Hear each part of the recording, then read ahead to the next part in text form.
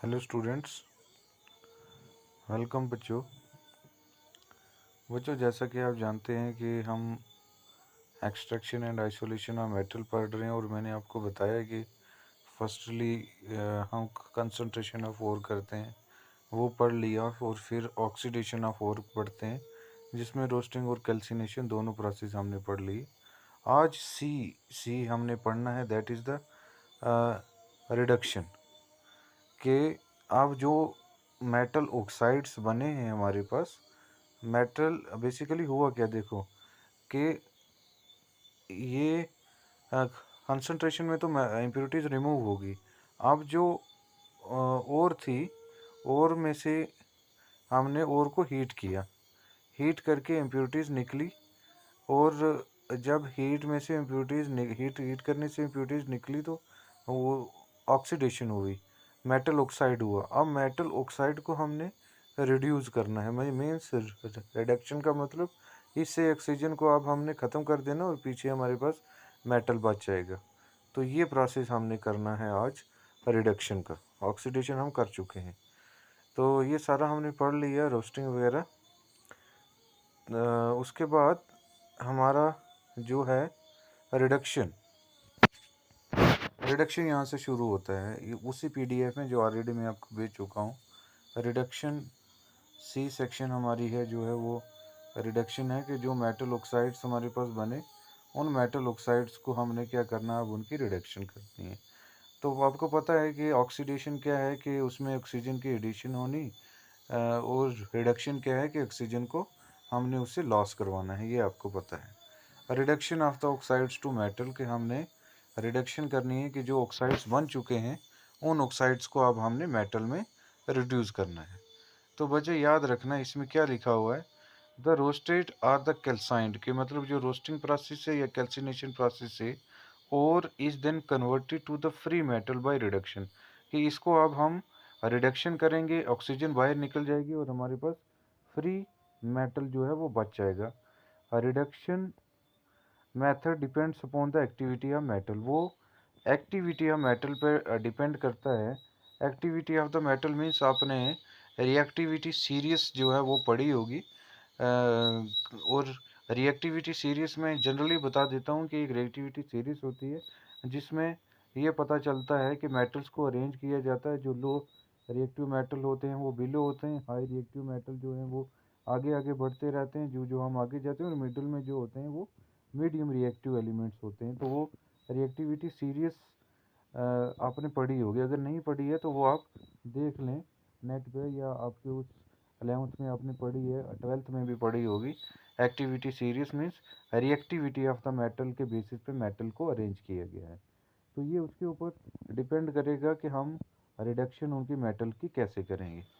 Metals which are low in the activity series means, जो reactivity series में जो metals जिनकी रिएक्टिविटी लो है, जैसे कॉपर है, मरकरी है, उसके बाद क्या है, गोल्ड है, are obtained by treating their compounds.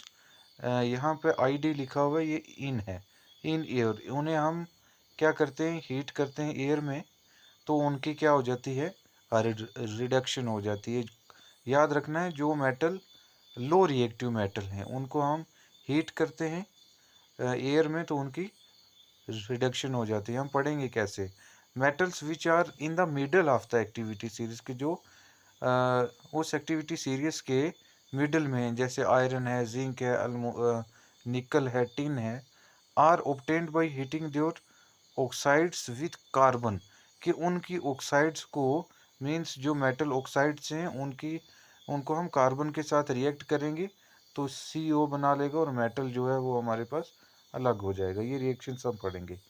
और फिर ये कहता है कि while metals which are high in the activity series, के जो एक्टिविटी सीरीज में रिएक्टिविटी जिनकी सबसे ज़्यादा है, जैसे सोडियम है, पोटेशियम है, कैल्शियम है, मैग्नीशियम है, एल्युमिनियम है, are obtained by the electrolytic reduction method, उनके लिए जो हम मेथड यूज़ करते हैं वो इलेक्ट्रोलिटिक और रिडक्शन मेथड करते हैं। तो याद रखना है, जो लो रिएक्टिव मेटल हैं एक्टिविटी सीरीज में, उनकी ऑक्साइड्स को हम सिंपली एयर के अंदर हीट करेंगे, और एयर के अंदर हीट करने से वो रिड्यूस हो जाएंगे। ये मेटल ऑक्साइड्स की बात कर रहा हूँ। और जो मिडिल में है मेटल ऑक्साइड्स, उनको हम कार्बन के साथ हीट करेंगे और उनकी रिडक्शन हो जाएगी। और जो रिएक्टिविटी सीरीज में हाई हैं, उनकी मेटल ऑक्साइड्स के लिए हम इलेक्ट्रोलिटिक रिडक्शन जो है वो यूज़ करेंगे। ये 3 स्टेप्स जो हैं वो आपको याद रखने हैं। तो रिडक्शन का सबसे पहला जो प्रोसेस है दैट इज स्मेल्टिंग।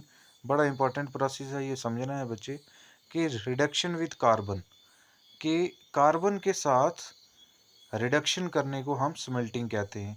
तो अब मैंने आपको बताया कि जो रिएक्टिविटी सीरीज में मीडियम के एलिमेंट्स हैं, जैसे मैंने ऊपर आपको बताया, तो उनके लिए हम क्या यूज़ करेंगे, स्मेल्टिंग यूज़ करेंगे, उन्हें हम कार्बन के साथ रिड्यूस करेंगे। तो कार्बन के साथ हम जब उनके ऑक्साइड्स को हीट करते हैं, उस प्रोसेस को हम क्या कहते हैं, स्मेल्टिंग कहते हैं।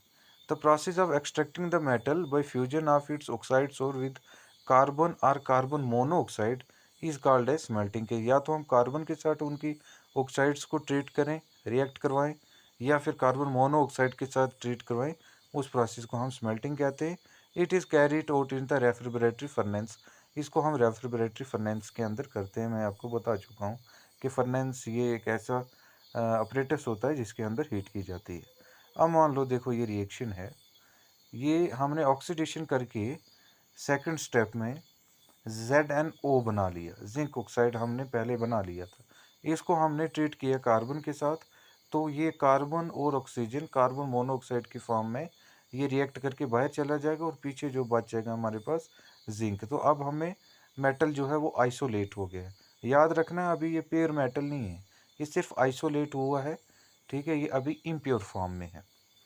सिमिलरली जैसे हमारे पास Fe2O3 आयरन का ऑक्साइड है, ये इसको हमने कार्बन मोनोऑक्साइड के साथ ट्रीट किया, तो यहाँ पे ये कार्बन डाइऑक्साइड यहाँ से बाहर निकल गया और पीछे 2FeO मीन्स ये अभी भी आयरन ऑक्साइड की फॉर्म में है। इसके लिए फिर हम फर्दर इसको कार्बन के साथ ट्रीट करते हैं। यहाँ पे रिएक्शन दी नहीं हुई है, इसको फिर हम फर्दर कार्बन के साथ ट्रीट करते हैं और फिर आयरन अलग हो जाता है और CO जो है वो बाहर निकल जाता है। या फिर सिंपली उस 2 स्टेप करने के बजाय हम सिंपल आयरन ऑक्साइड को कार्बन के साथ डायरेक्टली रिएक्ट कर देंगे, उससे कार्बन मोनोऑक्साइड बाहर निकल जाएगा और आयरन हमारे पास जो है वो आइसोलेट हो जाएगा।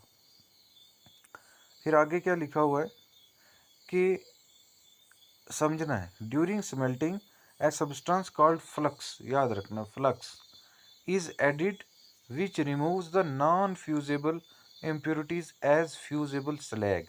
समझना है, this slag is insoluble in the molten metal and is lighter than the molten metal, so it floats over the molten metal and is skimmed off।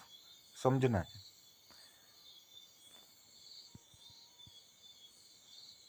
हाँ देखो, जब हम ऑक्सीडेशन की सॉरी रिडक्शन की, तो रिडक्शन में हम हीट करेंगे तो जो ओर है वो मोल्टन फॉर्म में आ जाती है।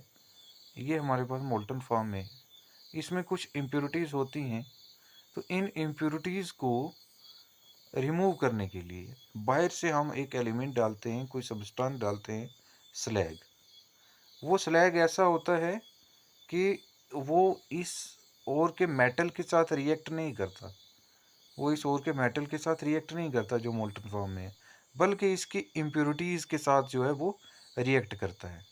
अब जो स्लैग हम डालते हैं वो भी लाइटर होता है, हल्का होता है, और इम्प्योरिटीज़ भी हल्की होती हैं, तो वो ये स्लैग उन इम्प्योरिटीज़ को लेके ऊपर आ जाता है, तो ये एक लेयर बन जाती है इसके ऊपर।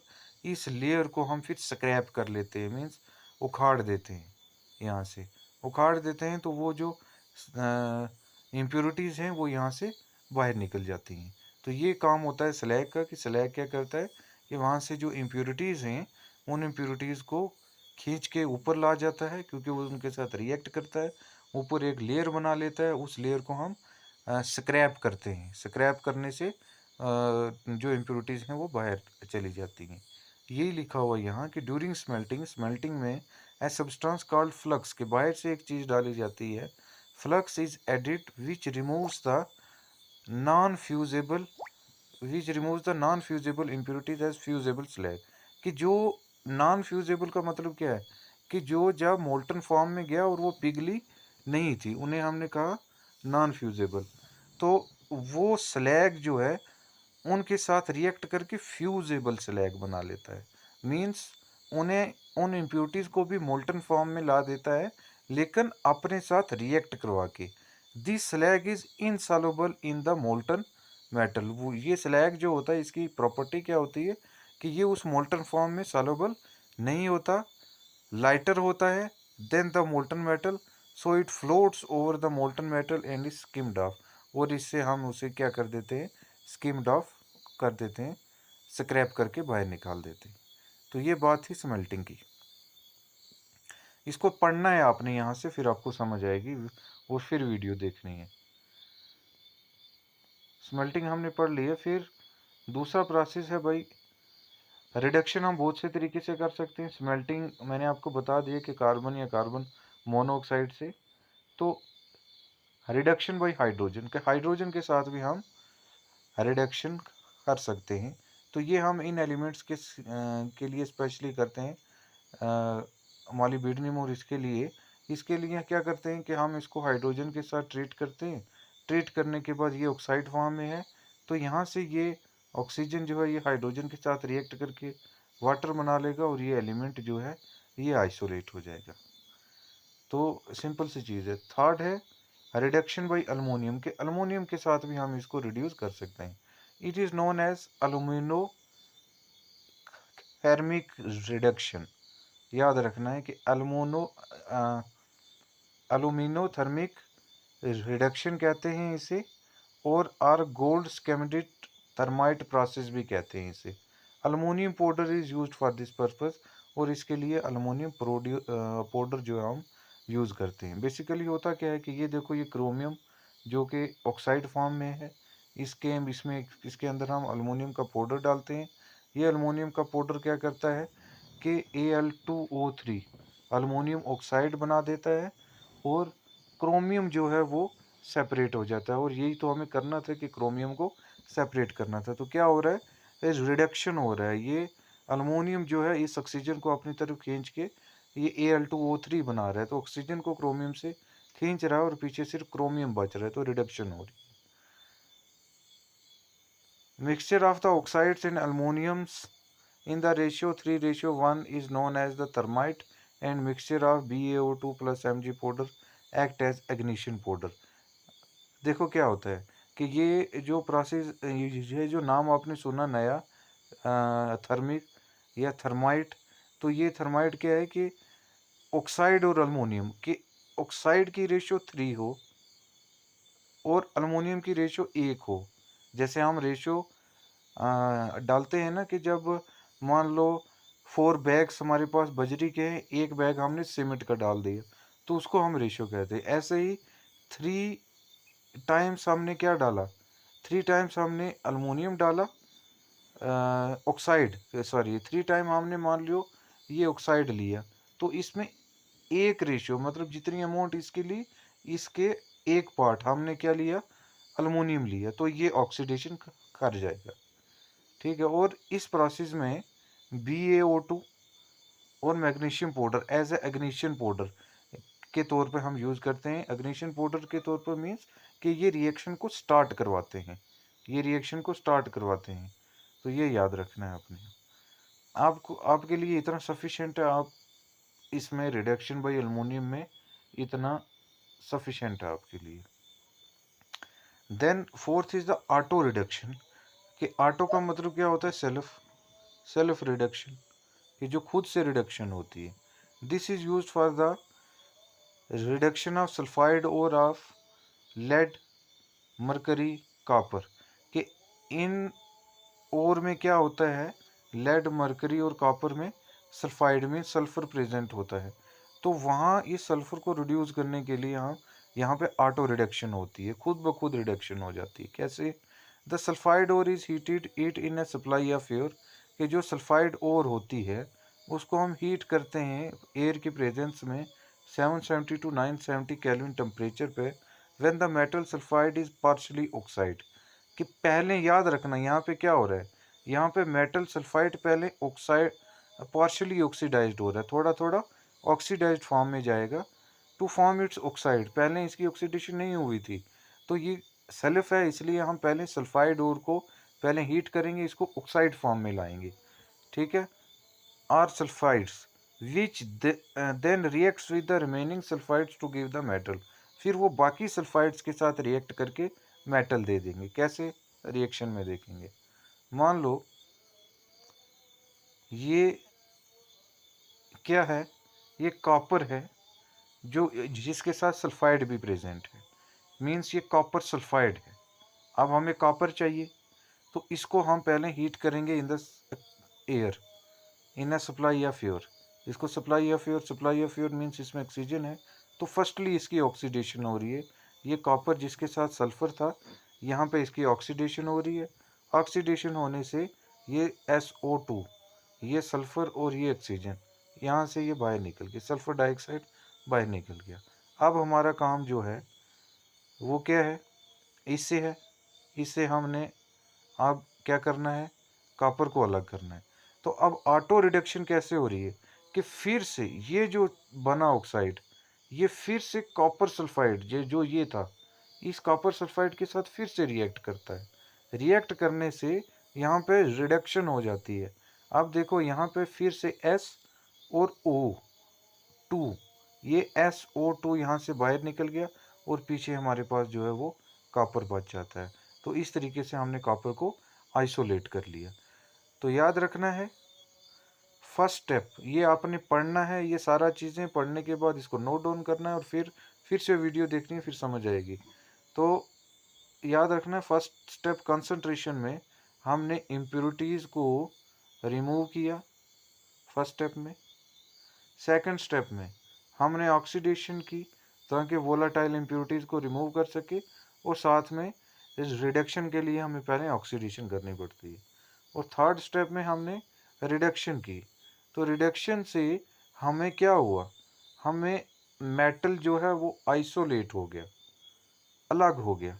लेकिन याद रखना है ये आइसोलेट मेटल जो है ये अभी इम्प्योर है, ये बिल्कुल साफ नहीं है। अब लास्ट स्टेप में हम इसकी क्या करेंगे, रिफाइनिंग करेंगे, और रिफाइनिंग करके हमें जो इम्प्योर मेटल से प्योर मेटल मिलेगा। Thank you.